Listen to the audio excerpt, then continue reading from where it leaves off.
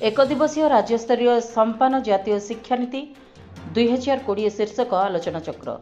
बौद्ध जिला कंटामाल पंचायत स्नातक महाविद्यालय मंगलवार पीएम उषा सहायता कंटामाल पंचायत स्नातक महाविद्यालय द्वारा परिचालित एक दिवसीय राज्यस्तरीय संपान जातीय शिक्षानीति 2020 शीर्षक आलोचना चक्र अनुष्ठित हो जाइछि।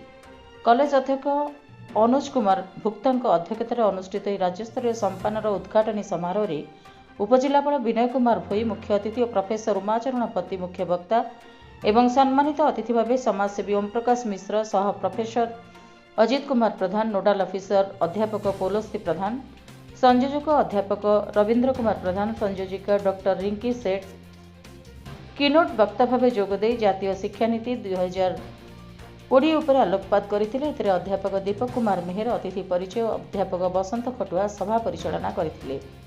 परे पूर्वतन अध्यक्ष भवानी शंकर राउत अध्यक्षतार अनुष्ठित प्रथम अधिवेशन में प्रोफेसर उमाचरण पति मुख्य वक्ता भाव एनईपी 2020 संपर्क में उपस्थापन करथिले। सेहीपरि द्वितीय और तृतीय अधिवेशन को संतोष कुमार बेसी अध्यक्षता करथिबा बेले प्राध्यापक अजित कुमार प्रधान, अध्यापक देवदास महापात्र, अध्यापिका डॉक्टर इतिश्री दास, अध्यापिका कुमारी सौदामिनी और अध्यापिका झिलेराणी बेहेरा प्रमुख गवेषक भाव निजर प्रबंध उपस्थापन करथिबा बेले शिवदत्त पुरोहित सभा को संयोजना करथिले।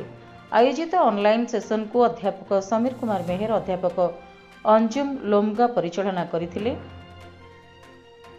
राज्यस्तरीय आलोचना चक्र में 30 महाविद्यालय 50 रु ऊर्ध्व अध्यापक, अध्यापिका, गवेषक और छात्र छात्री जोगदे निज निजर संदर्भ उपस्थापना करथिले। शेष में ओडिया अध्यापिका प्रीतिश्री मिश्र धन्यवाद अर्पण करथिबा बेले अध्यापक कुशलेश्वर साहू, अध्यापक सुनील हरिपाल, अध्यापिका सेवश्री बेहेरा, अन्यान्य अध्यापक, अध्यापिका और अणशिक्षक कर्मचारी सहयोग करथिले। बौद्धरू पूर्णचरण साहू रिपोर्ट, जन अधिकार लाइव।